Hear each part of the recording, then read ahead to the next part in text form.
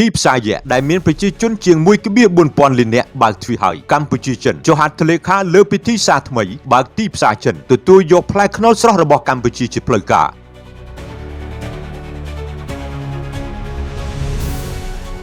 នៅល្ងាចថ្ងៃទី15ខែកក្កដាឆ្នាំ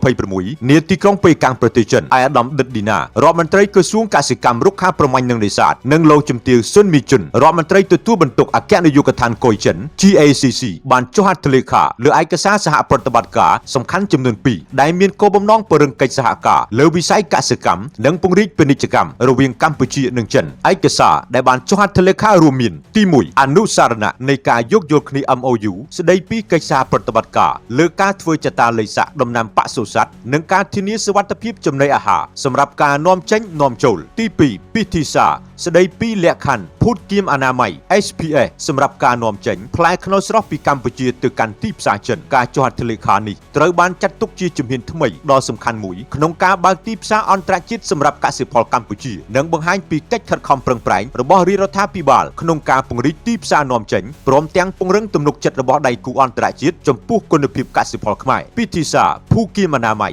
SPS បានកំណត់យ៉ាងច្បាស់នៅស្តង់ដារបច្ចេកទេសដែលអ្នកផលិតនិងអ្នកនាំចេញត្រូវអនុវត្តរាប់ចាប់តាំងពីការដាំដុះការថែទាំការប្រមូលផលការសម្អាតការកែច្នៃការវេចខ្ចប់រហូតដល់ការដឹកជញ្ជូនដើម្បីធានាថាផ្លែខ្នុរដែលនាំចេញទៅប្រទេសចិនមានសុវត្ថិភាពគុណភាពខ្ពស់និងគ្មានសារធាតុបង្កគ្រោះថ្នាក់សត្វល្អិតឬជំងឺដែលអាចប៉ះពាល់ដល់សុខភាពមនុស្សសត្វនិងដំណាំជាមួយគ្នានេះក្រសួងកសិកម្មបានអំពាវនាវដល់កសិករសហគ្រាសនិងអ្នកនាំចេញទាំងអស់ឲ្យអនុវត្តតាមស្តង់ដារផលិតកម្មនិងលក្ខខណ្ឌភូគៀមអនាម័យរបស់ប្រទេសចិនឲ្យបានម៉ឺងម៉ាត់ដើម្បីធានាការនាំចេញប្រកបដោយនិរន្តរភាពនិងរក្សាកេរ្តិ៍ឈ្មោះល្អរបស់កសិផលកម្ពុជានៅលើទីផ្សារអន្តរជាតិការបើកទីផ្សារសម្រាប់ផ្លែខ្នុរស្រស់នេះគឺជាដំណឹងល្អមួយសម្រាប់ប្រជាកសិករនិងវិស័យឯកជនកម្ពុជាដែលនឹងមានឱកាសកាន់តែទូលំទូលាយក្នុងការពង្រីកការនាំចេញនិងបង្កើនតម្លៃបន្ថែមដល់ផលិតផលកសិកម្មរបស់កម្ពុជាខ្ញុំតារាពី RTNews TV